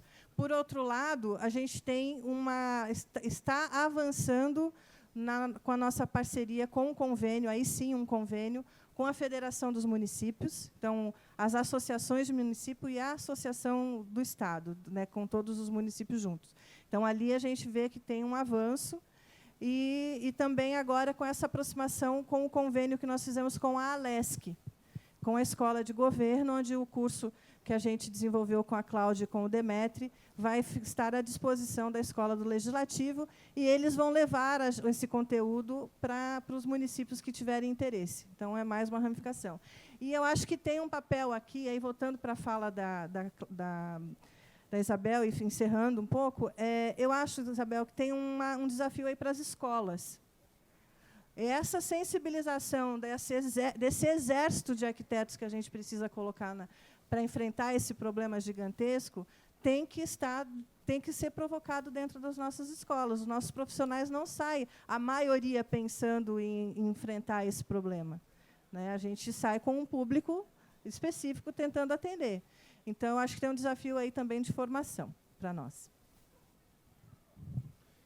Eu acho que, para responder um pouco a todos, né, até umas reflexões que a gente tem debatido, não só nas comissões, dentro de como a gente pode ter uma visão mais sistêmica de entender esses processos, a questão da participação da sociedade, entender essas experiências do passado, as experiências que estão acontecendo em todos os lugares. Elas não estão disponíveis como um acervo para a gente consultar, isso é muito mal, né? Que é uma das preocupações nossas de ter um portal, uma plataforma de articulação desses atores. Não é arquiteto só conversando com arquiteto, mas o arquiteto conversando com a cidade. Então, até na apresentação que eu coloquei da questão dos nexos e fluxos, é justamente entender esses processos históricos, de como essas informações possam estar disponíveis, como a gente pode articular os atores, estabelecer convênios, estabelecer parcerias, né? E isso acho que tem que começar por uma coisa bem caseira. É o CAL como um sistema melhorar suas práticas internas dentro das comissões, dentro da articulação com os nossos parceiros federativos, porque isso quase uma reprodução assim convencional do que a gente vive na nossa política externa, né? De como a gente entender a missão do CAL, ter um planejamento estratégico de a gente poder trabalhar de forma integrada e trazer benefício para a sociedade como um todo. Então, acho que é uma prática de discussão, de a gente refletir como a gente pode atuar de uma maneira mais eficiente e o que a gente busca. Mas esses processos que são até de questões sazonais, né, de tempo, como é que fala, de gestão, atrapalha muito esse processo, mas a gente tem que conviver com isso. Mas por isso que eu acho que essas comissões de ATIS, comissões de desenvolvimento, são comissões especiais, com os conselheiros federais, de fazer essa articulação, a gente pode pôr de uma forma melhor essa rede que está disponível, né? Nós temos uma rede muito importante que a gente poderia estabelecer essas relações das informações virarem conhecimento. Eu acho que foi colocado por todos aqui, experiências fantásticas, mas como isso pode acontecer de fato. Então, é a fala de todos aqui, da Nádia, do colega que começou de a gente enxergar os atores, mas estabelecer, né, nexos e fluxos entre eles, a gente pode qualificar. E, de vez em quando, a gente fica preso a café pequeno, a coisas pequenas, e não vai para uma escala. A gente não consegue alavancar, não consegue dar grandeza ou escala para as ações. Então, acho que o Congresso tem muito a contribuir com isso, as discussões dentro do próprio, né, do CEAL, do CAL-BR, é como a gente fazer esses fluxos acontecerem, a gente ser mais eficiente. Recursos agora a gente tem, é estabelecer com os convênios, enxergar as diferenças, trabalhar as diferenças, mas construir, porque o papel do Conselho é trabalhar para a sociedade e para os profissionais. E, de vez em quando, a gente se perde em outras questões. Eu acho que a gente tem uma possibilidade, sim, de contribuir de uma maneira muito importante. Eu acho que isso esse grupo aqui mostrou que isso é possível, mas nós temos que estar todos focados no papel, né, no planejamento estratégico do CAL como um todo e de cada CAL, para a gente saber de onde a gente veio e aonde a gente quer ir. E eu acho que isso aqui tem muito a ver com isso, que é o nosso DNA, onde a gente pode crescer e desenvolver e cumprir o nosso papel de arquitetos dentro de um conselho de classe. Eu acho que a gente tem que melhorar bastante, eu acho que nós estamos começando, e não mesa, né, mas esse grupo aqui está discutindo caminhos para isso. Eu acredito assim. Bom, pessoal, não tenho dúvida nenhuma que grande parte, né, dos arquitetos brasileiros e dos conselhos de arquitetura não entenderam ainda que nós temos um instrumento poderoso em nossas mãos e não estamos sabendo como usar, estamos perdidos. Miguel Pereira, na primeira gestão, dentro das conversas que nós tínhamos enquanto Conselheiro Federal, e depois ele colocou no seu livro, ele dizia, tudo mudou na vida dos arquitetos brasileiros a partir da ciência do CAL. Só que, infelizmente, as pessoas não perceberam, a maioria das pessoas não perceberam. A Janela tem toda a razão quando coloca que hoje existe uma dimensão a partir da ciência do CAL. Respeito muito essas colegas que dizem que não acreditam em projeto piloto. Eu só acredito em projeto piloto, que ela não é melhor do que eu em nada. Em nada. Porque todo o avanço que nós conseguimos foi através do projeto piloto. O projeto piloto é exemplo, é exemplar para a sociedade.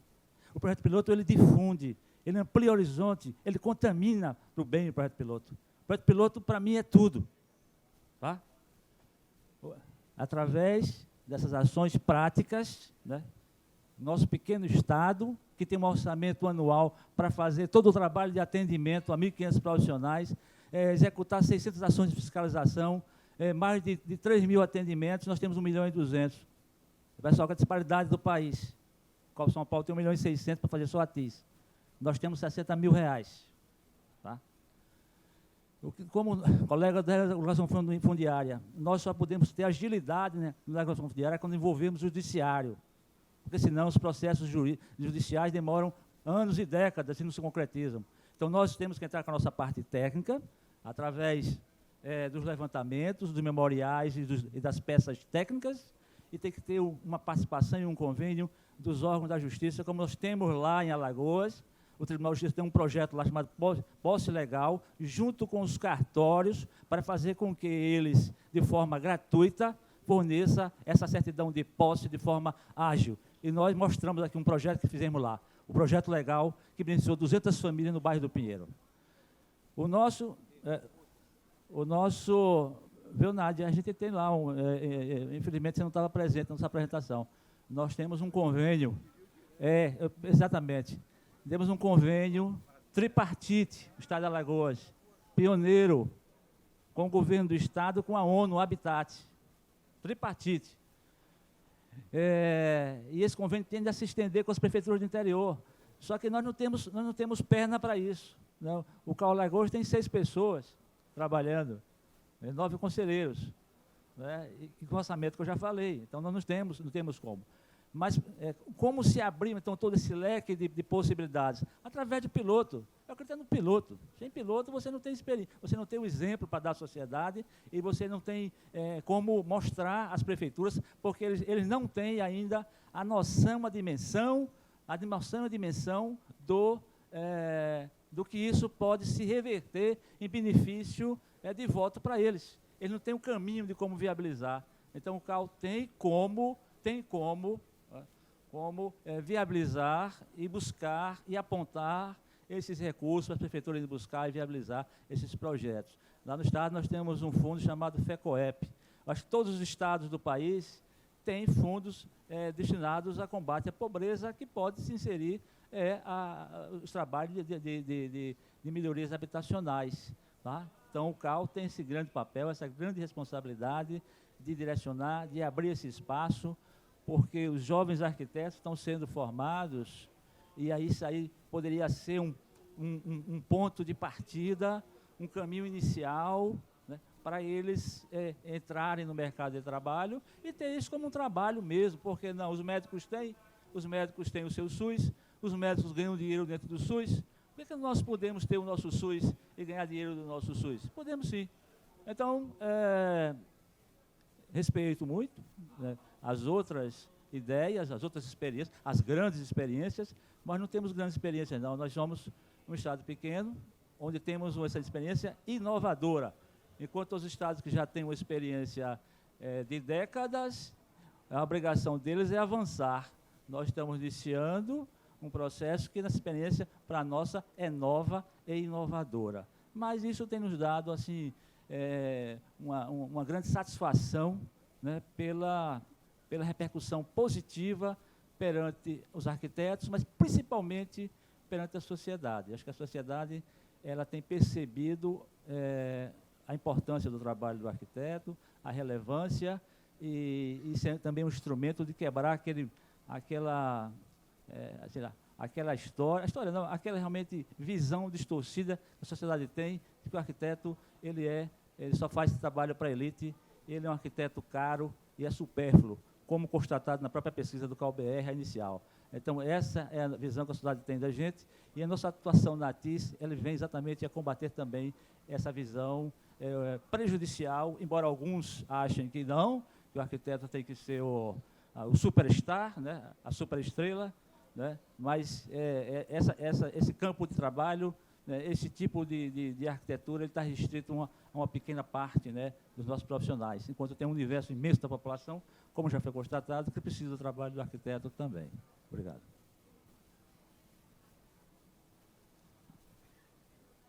Bom, eu concordo e gostaria de reforçar alguns pontos. Eu acho... eu tive a oportunidade, a sorte de conviver com o Albano. O Albano foi presidente do IAB aqui do Rio Grande do Sul, quem é daqui com certeza conhece.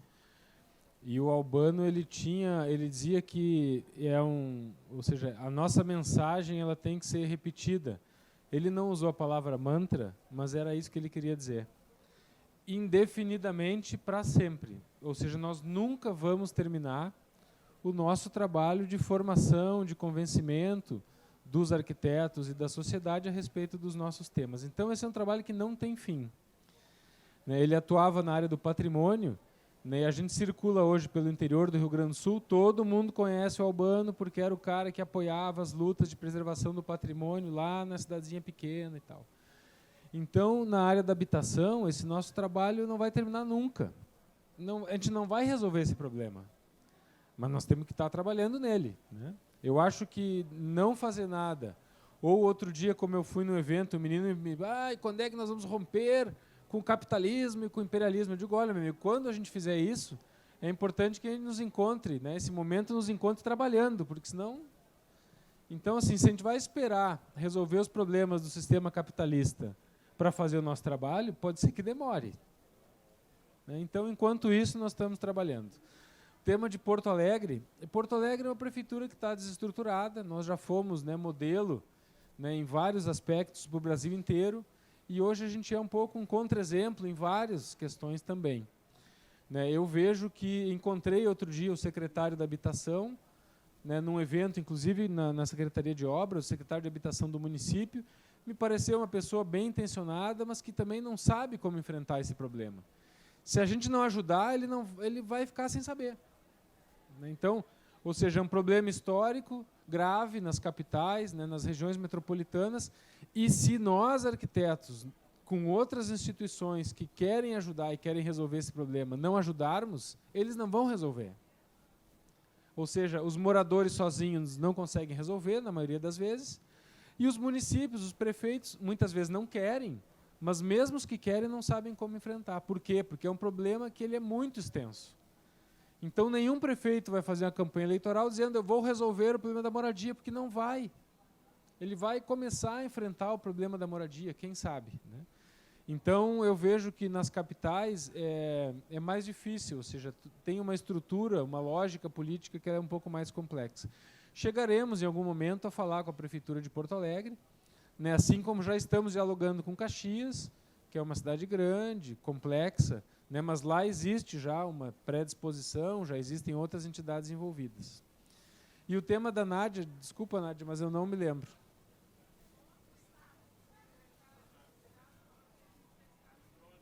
Ah, sim, sim. Não, a gente está, assim, uma série de iniciativas de conversar com os outros, né?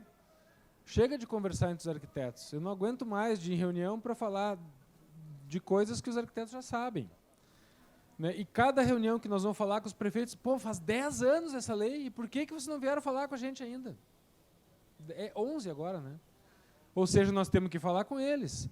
A Defensoria Pública, no estado do Rio Grande do Sul, tem uma defensora que entende do assunto.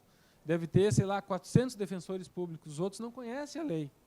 Não conhecem o REURB, não conhecem o Estatuto da Cidade, não conhecem nada, porque eles estão trabalhando com outras coisas. E é responsabilidade nossa ir lá dizer para eles isso. Senão eles vão continuar sem conhecer. Então, eu acho, aí, Isabel, encerrando, né, voltando ao que tu comentaste, eu acho assim, ó, eu acho que nós avançamos muito, e acho que a gente continua avançando. Né? Acho que colocar a responsabilidade no CAU de resolver esse problema ou seja, não é o CAU, né? Não é o prefeito, né? E aí amanhã eu vou mostrar na palestra ali essa iniciativa lá de Santa Catarina que eu achei muito interessante. O Defensor Público de Chapecó oficiou o prefeito por um tema de habitação e disse assim, prefeito, tem uma lei, cumpra a lei. Né? O judiciário deu ganho de causa para a Defensoria Pública, o prefeito disse, eu quero cumprir, mas não tem dinheiro. Aí o CAU foi lá e disse, não, mas então vamos ver como é que a gente pode trabalhar em conjunto, Defensoria Pública, Poder Judiciário, né, a Prefeitura, o CAU, os arquitetos, para resolver esse problema. Então, eu confio, eu acredito também nos nas boas práticas, nas boas experiências.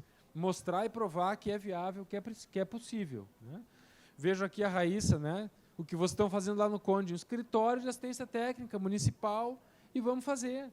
E se der certo, melhora, se não der certo, corrige, faz de novo. O que a gente tem que fazer, a gente não pode ficar, é um pouco assim um vício de arquiteto, né, fazendo o projeto perfeito e não executando coisa nenhuma. Então, vamos fazendo o projeto e vamos melhorando ele à medida que essa obra vai subindo, né, e vamos qualificando, corrigindo, incorporando mais gente, né, para nos ajudar, outras instituições, entidades e profissionais para nos ajudarem, porque tem muita gente interessada nesse assunto e é um problema gravíssimo, né, das nossas cidades e das famílias, né, do Brasil inteiro. Obrigado, André. Queria só fazer um complemento na fala do Tiago, para a gente entender essa coisa do processo e do tempo. Esse doutor Renan, defensor público, ele participou, em 2015, do primeiro seminário de ATIS que o IAB ofereceu no Estado. Em 2015, o IAB, em parceria com o CAL, fez um seminário de ATIS nas 5 principais regiões do Estado. O doutor Renan foi participar. E, a partir daquele dia, ele foi sensibilizado por essa lei. Ele também não conhecia. Então, quando ele conta isso, e quando você lê a peça do Dr. Renan, ele estudou, ele argumenta, e hoje ele é um defensor da ATIS a partir do seminário que foi feito lá em 2015. E hoje ele está imbuído em sensibilizar os colegas. Né? Então, a gente é conta-gotas, a gente vai no processo trazendo mais gente para fortalecer. A Cláudia. A pergunta foi muito importante, que já estamos a meia hora além do nosso tempo.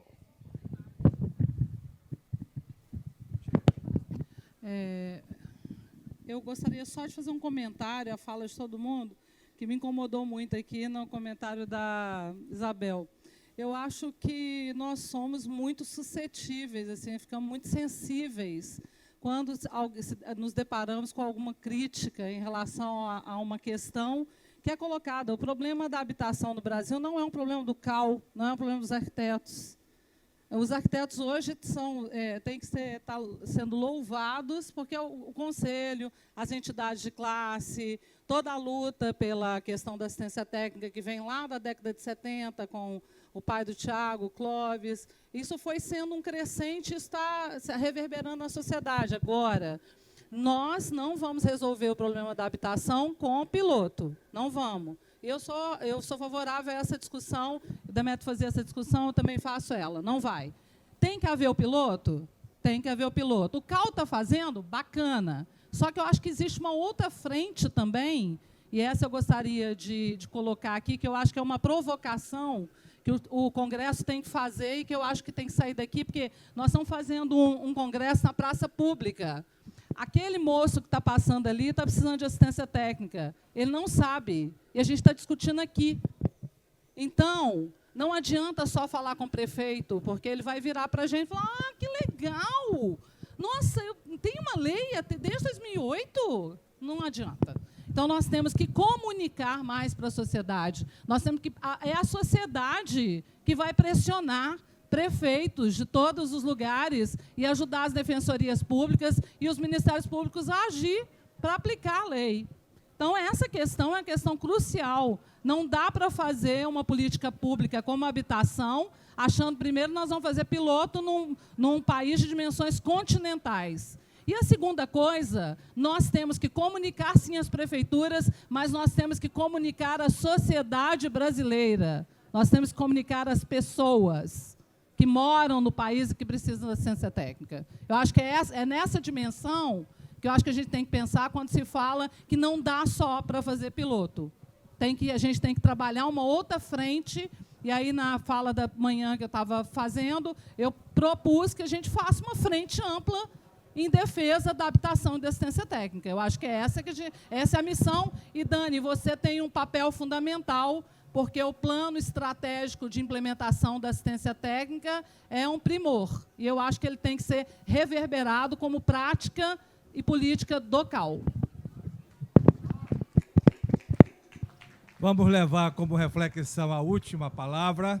Obrigado a todos, aos nossos conferencistas aqui e aos presentes. Até uma próxima oportunidade.